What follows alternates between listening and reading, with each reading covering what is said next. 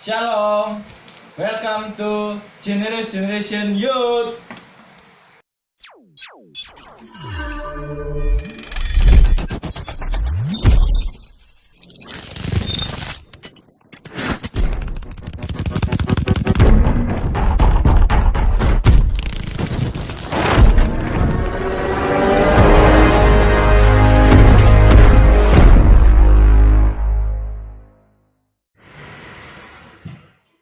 Shalom, bertemu lagi di ibadah Youth secara online.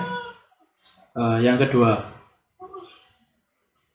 sebelum kita memulai ibadah Youth ini, mari kita bersatu dalam doa. Kami surga, terima kasih Tuhan, Kau telah mengumpulkan kami walaupun secara online Tuhan. Sekarang kami akan memulai ibadah Youth ini Tuhan. Kiranya Tuhan, Kau urapi ibadah kami Tuhan, mau dari awal sampai akhirnya Tuhan. Kami menaikkan pujian dan iman kami kepadamu Tuhan.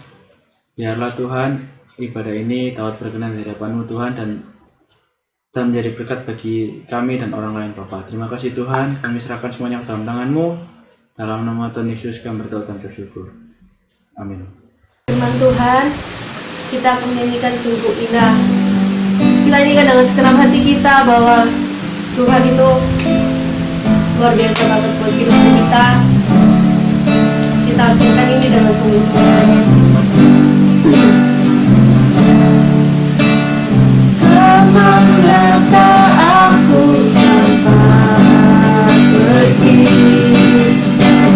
menjauhi rohmu yang suci, sahabat.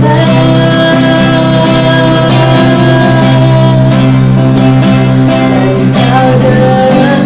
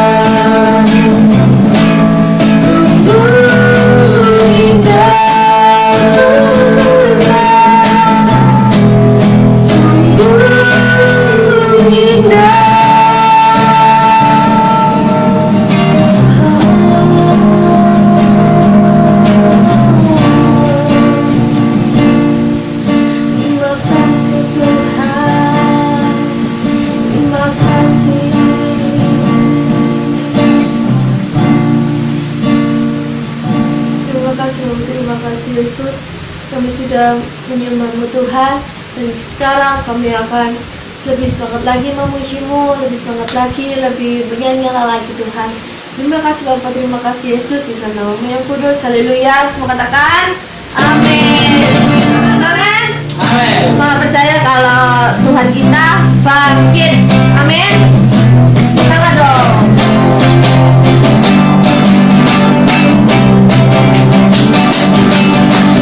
Serahkanlah kekuatan-Mu ya Allah,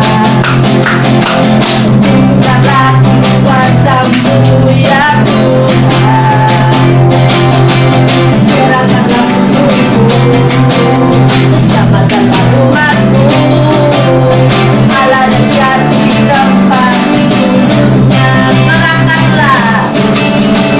Serahkanlah kekuatan-Mu ya Allah, tunjukkanlah kuasa-Mu ya Tuhan, serahkanlah musuh-Mu, selamatkanlah umat-Mu, Allah dahsyat di tempat kudus-Nya.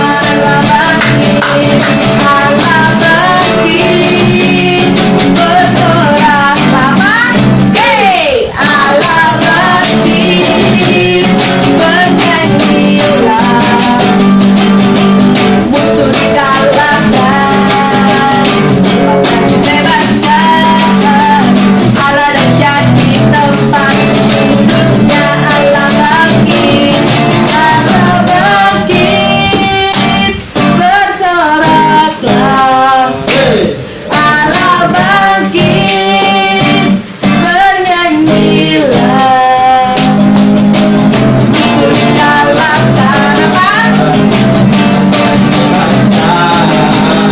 Allah dahsyat di tempat kudus-Nya.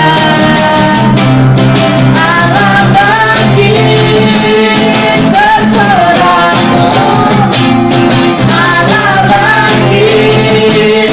Allah bangkit,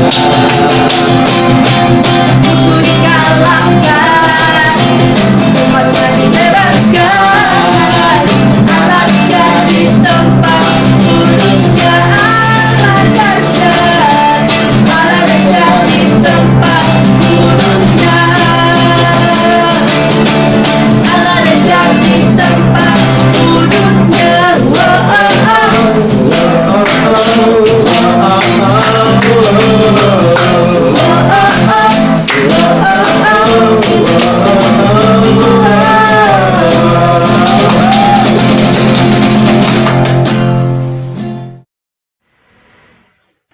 Nah, kita sudah memuji dan menyembah Tuhan.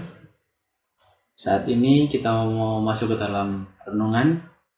Sebelum kita renungan atau sharing, mari kita bersatu dalam doa.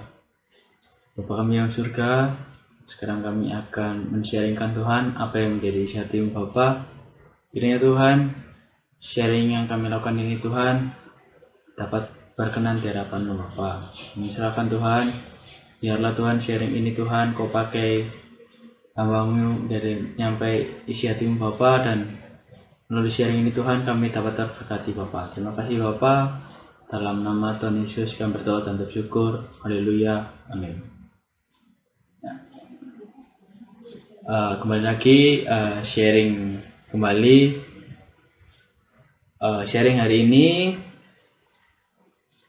aku mau bawain tentang firman yang berkuasa. Tuhan bukan hanya berkuasa. Ya, Tuhan pasti berkuasa sih. Tapi setiap kata-kata yang keluar dari Tuhan itu pasti berkuasa. Dan kata-kata yang keluar dari Tuhan itu firman. Bener nggak? Kayak di Kejadian, kita buka Kejadian 1 deh. Di Kejadian 1.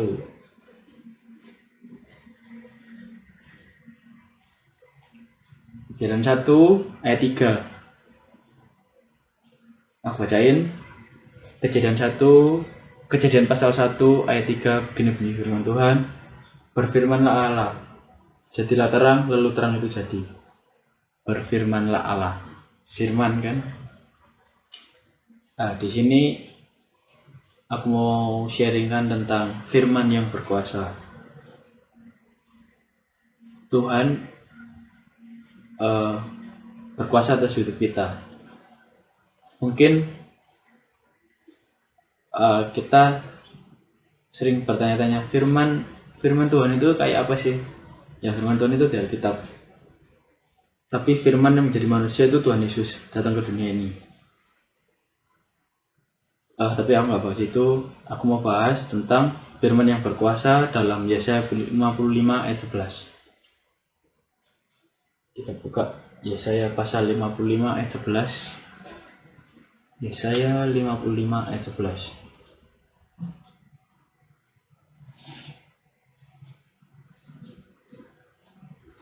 Oke, aku bacakan. Yesaya pasal 55 ayat 11. Begini bunyi firman Tuhan. Demikianlah firmanku yang keluar dari mulutku. Ia tidak akan kembali kepadaku dengan sia-sia, tetapi ia akan melaksanakan apa yang kukehendaki dan akan berhasil dalam apa yang kusuruhkan kepadanya. Nah, kita percaya toh firman Tuhan tidak hanya berbicara tentang nasihat atau tentang perintah ataupun tentang kuasa dan kebenaran firman-firman Allah, tetapi juga berbicara tentang rencana Allah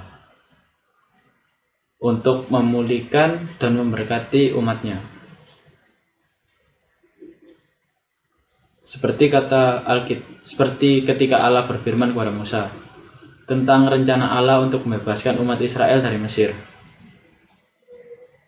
Maka dengan caranya Ia yang Maha Dahsyat, Ia mengeluarkan umat Israel dengan kedahsyatannya juga dan menyertai perjalanan bangsa Israel di padang gurun 40 tahun.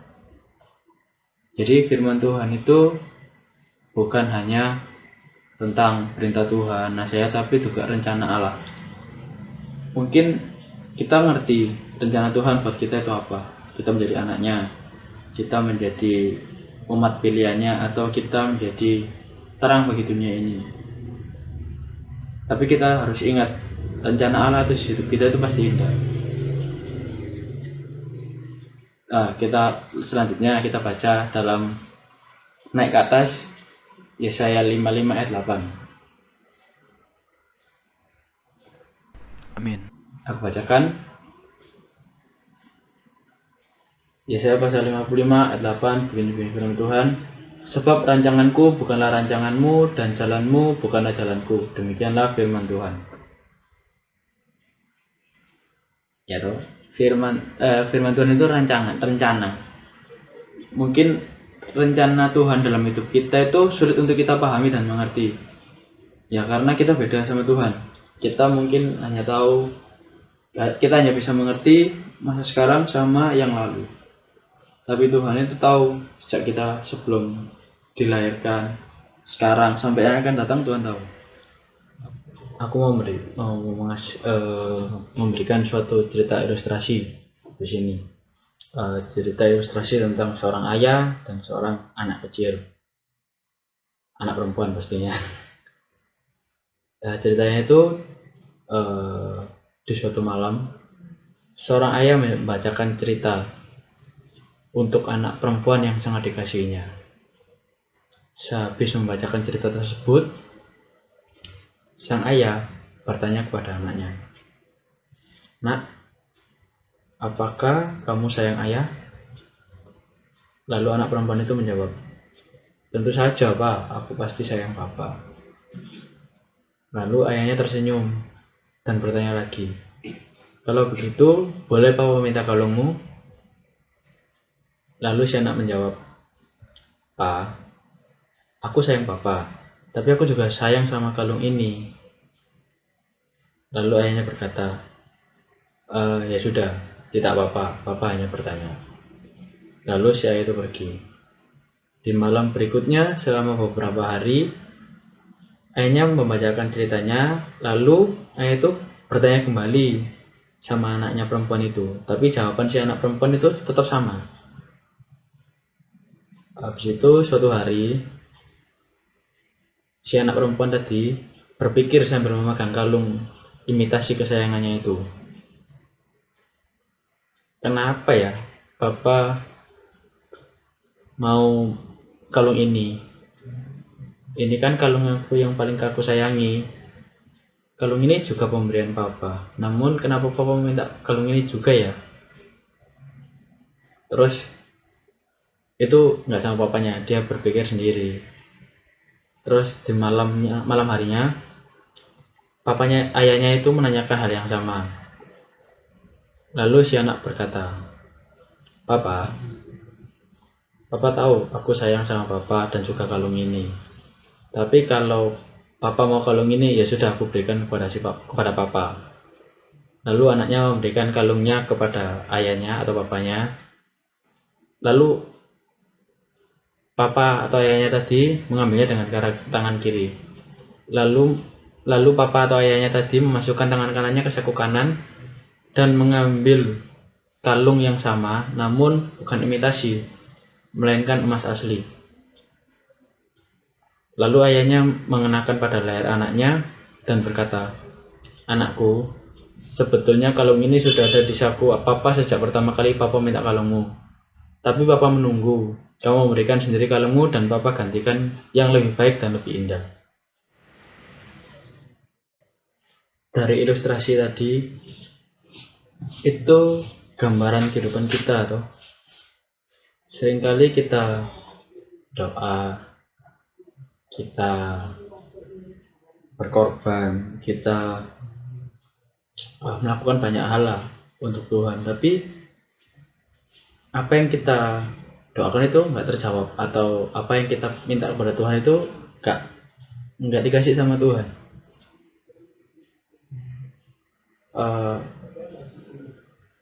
Gimana ya? Kadang itu kita memaksakan Tuhan, ini loh Tuhan, ini loh aku ada kayak ini Tuhan, ini hidupku kayak gini ya Tuhan. Tuhan itu ngomong, bukan itu anakku mau diambil kita nahan, enggak Tuhan harus kayak gini lah. Padahal kayak cerita tadi kan, ketika kita menyerahkan sama Tuhan, udah diambil sama Tuhan, Tuhan gantikan dengan rencana yang baru. Rencananya Tuhan pasti indah. Kayak tadi, kalau dari kalung imitasi ke kalung yang asli. Seperti juga kita, mungkin kehidupan kita seringkali kita, Tuhan ini loh, aku mau kayak gini Tuhan. Hidupku inilah, aku mau kayak gini Tuhan.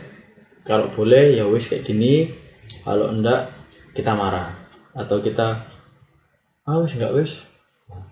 Tapi apa ya, Tuhan itu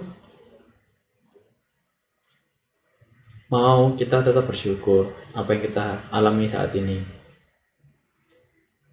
Dan Tuhan itu meminta atau mengambil yang kita mau itu supaya kita mengerti, oh ternyata rancangan Tuhan itu kayak gini.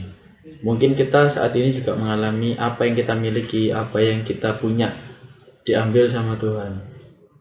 Kita terus marah, Tuhan kok diambil, Tuhan kok gini. Padahal Tuhan itu sudah menyiapkan yang baik, tinggal tunggu waktunya. Bukan hanya teman-teman, saya juga mengalami hal yang seperti sama, tapi kita percaya Tuhan itu kasih yang terbaik. Aku juga mau kita baca dalam Matius 9 ayat 17. Matius pasal 9 ayat 17. Kita baca Matius pasal 9 ayat 17. Begini bunyi firman Tuhan, begitu pula anggur yang baru tidak diisikan ke dalam kantong kulit yang tua, karena jika demikian kantong itu akan koyak sehingga anggur itu terbuang dan kantong itu pun hancur. Tetapi anggur yang baru disimpan orang dalam kantong yang baru pula, dan demikian terpeliharalah kedua-duanya. Jadi apa yang Tuhan mau dalam kehidupan kita itu, kita diambil untuk digantikan yang baru. Karena Tuhan mau kita menjadi alatnya. Firman ini benar-benar memberkati saya, menguatkan. Ya mungkin sama belum mengalami, tapi udah pasti Tuhan memberikan yang terbaik buat aku, buat kita semua. Terus aku mau tanya, bagaimana agar kita bisa memahami sebuah rencana Allah dalam hidup kita? Kalau teman-teman ada jawaban, ya bisa nanti di chat ke aku atau komen di kolom komentar. Tapi di sini aku ada 3 poin. Yang pertama, meresponi dengan melakukan firman Tuhan. Yang kedua, kita harus masuk dalam dimensinya Tuhan. Ketiga, kita mengerti bahwa Tuhan memiliki caranya sendiri atau aturan main yang berbeda dengan dunia. Kita mulai dengan yang pertama, meresponi dengan melakukan firman Tuhan. Tuhan tidak pernah memaksakan kehendak-Nya bagi kita. Tapi Tuhan ingin tegaskan bahwa Dia bekerja melalui firman yang disampaikannya kepada kita. Jadi Tuhan itu nggak memaksakan, ini kamu kayak gini. Enggak, Tuhan itu cuma mau bekerja melalui firman yang diberikan kita. Kita mau milih atau enggak, pilihan itu ada di tangan kita. Kita mau milih, kita ambil, ya ambil. Kalau enggak, ya enggak, terserah. Seperti dalam Yesaya 55 ayat 11 yang tadi kita baca, demikianlah firmanku yang keluar dari mulutku, ia tidak akan kembali kepadaku dengan sia-sia, tetapi ia akan melaksanakan apa yang kukehendaki dan akan berhasil dalam apa yang kusuruhkan kepadanya. Jadi apa yang Tuhan sudah berikan kepada kita, kita harus meresponi firman Tuhan dengan baik, supaya kita bisa merasakan apa yang Tuhan mau dalam kehidupan kita. Mungkin nggak gampang, atau nggak semudah membalikan telapak tangan, tapi itu prosesnya Tuhan. Jadi kita harus meresponi, belajar, sama-sama belajar meresponi firman Tuhan. Emang butuh waktu dan proses, tapi percayalah, kita pasti bisa karena Tuhan menyertai kita. Yang kedua, kita harus masuk dalam dimensinya Tuhan. Dimensinya Tuhan ini itu adalah dimensi iman dan kemustahilan. Kenapa bisa begitu? Karena di dimensi itu Allah akan mengerjakan, atau Allah atau Tuhan mengerjakan hal-hal yang mustahil, hal yang besar, tentang apa yang belum pernah kita lihat, dan apa yang belum pernah kita dengar, dan apa yang timbul dalam hati. Itulah yang dikerjakan Tuhan bagi kita. Seperti yang dikatakan dalam Alkitab, apa yang tidak pernah didengar oleh telinga, tidak pernah dalam hati kita, itu yang Tuhan kerjakan. Jadi masuk dalam dimensi iman. Kita percaya Tuhan Yesus kan juga iman. Jadi dimensi di mana Tuhan mengerjakan sesuatu yang mustahil. Di sini kita bisa melihat ketika Petrus mengikuti perintah Tuhan untuk melemparkan jalannya, walaupun dia sudah semalaman melemparkan jala untuk mencari ikan, tapi dia tidak mendapatkan ikan satupun. Kita bisa baca dalam Lukas pasal 5 ayat 7-4. Tetapi di sini aku hanya sedikit cuplikan kitabnya, aku bacakan. Karena engkau yang menyuruh, maka aku akan melemparkan jaranya, dan mereka mendapatkan sejumlah ikan besar. Jadi sebentar, aku buka aja deh biar aman. Lukas 5 ayat 4-7. Nah, karena engkau yang menyuruhnya, dalam ayat 5, karena engkau yang menyuruhnya, aku akan melemparkan jalannya juga, dan mereka mendapatkan sejumlah ikan besar. Kalau dipikir secara nalar, nggak mungkin. Petrus bisa dibilang nelayan yang hebat. Dia sudah jalan udah bertahun-tahun, tapi Tuhan Yesus nyuruh, tebarkan jalanmu di sini untuk menangkap ikan. Akhirnya Petrus taat, akhirnya mendapat ikan. Nah itu, kita harus masuk dalam dimensinya Tuhan. Di dalam iman itu kita juga harus memiliki ketaatan. Kalau nggak taat, ya nggak bisa. Kayak Tuhan nyuruh, jangan lakukan. Nah, ini gampang, tapi bukan ini yang aku mau. Tapi kita nggak nurut, ya sama aja nggak bisa. Tuhan itu seringkali melakukan hal-hal yang di luar nalar kita. Kadang-kadang aneh, tapi begitulah caranya Tuhan. Yang ketiga, mengerti bahwa Tuhan memiliki caranya sendiri atau aturan main yang berbeda dengan dunia. Nah, itu kita bisa lihat dengan kisah Gideon. Kisah Gideon dalam Alkitab kita bisa melihat bagaimana dia awalnya nggak mau atau takut untuk melawan Midian dan orang Amalek. Dia dikepung oleh 32.000 dia itu dikepung oleh bangsa-bangsa itu. Akhirnya Gideon percaya sama Tuhan. Akhirnya dia keluar untuk berperang. Dia hanya membawa 32.000 dan orangnya itu banyak. Tetapi Tuhan itu nggak mau 32.000. Tuhan seleksi. Tuhan suruh Gideon, kalau orang yang masih ragu-ragu suruh pulang. Terus tinggal 2.000 kalau nggak salah. Kita bisa baca dalam Hakim-Hakim 7 ayat 1 sampai 25. Teman-teman bisa baca sendiri. Aku hanya kasih intinya, suruh pulang kalau masih ragu. Terus 10 orang, Tuhan masih juga bilang, wah masih terlalu banyak, suruh mereka minum di air. Nah, akhirnya yang terpilih 300 orang. 300 orang melawan banyak orang. 32.000 itu masih kalah. Ini Tuhan pakai 300. Jadi kadang-kadang Tuhan itu cara mainnya wah gak masuk akal. Selain itu kita bisa lihat di 5 roti 2 ikan. Gak masuk akal. 5 roti 2 ikan, 5.000 orang laki-laki, belum perempuan dan anak. Wow, luar biasa. Nah, itulah caranya Tuhan. Itu poin-poin bagaimana kita bisa memahami sebuah rencana Tuhan dalam kehidupan kita. Yang pertama, meresponi dengan melakukan firman Tuhan. Yang kedua, kita harus masuk dalam dimensinya Tuhan. Yang ketiga, kita harus mengerti bahwa Tuhan itu milik caranya sendiri, nggak sesuai dengan rencana kita. Segala sesuatu yang difirmankannya itu adalah rancangan yang terbaik, dan Tuhan mempersiapkan agar kita bisa mengalaminya.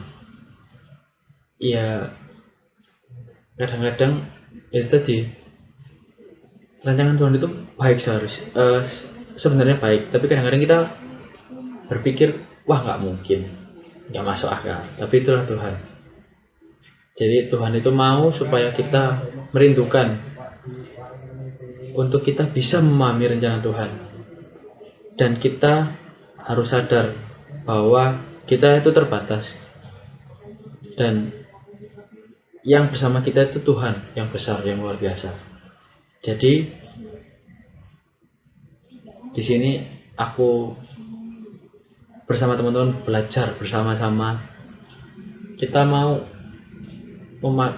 memaknai firman yang berkuasa. Firman itu rencananya Tuhan. Firman Tuhan atas hidup kita. Ya mungkin kita hari-hari ini mengalami pandemik, nggak bisa kemana-mana, kesulitan komunikasi atau nggak bisa ketemu, bosen. Tapi percaya Tuhan itu punya maksud atas hidup kita. Tetap percaya Tuhan itu sudah siapkan yang terbaik untuk kita. Mungkin udah di depan mata, tapi kita yaitu serahkan. Kita sama-sama belajar. Jadi lakukan yang terbaik, pasti Tuhan berkati kehidupan kita. Tetap semangat, Tuhan Yesus memberkati. Mari kita bersatu dalam doa.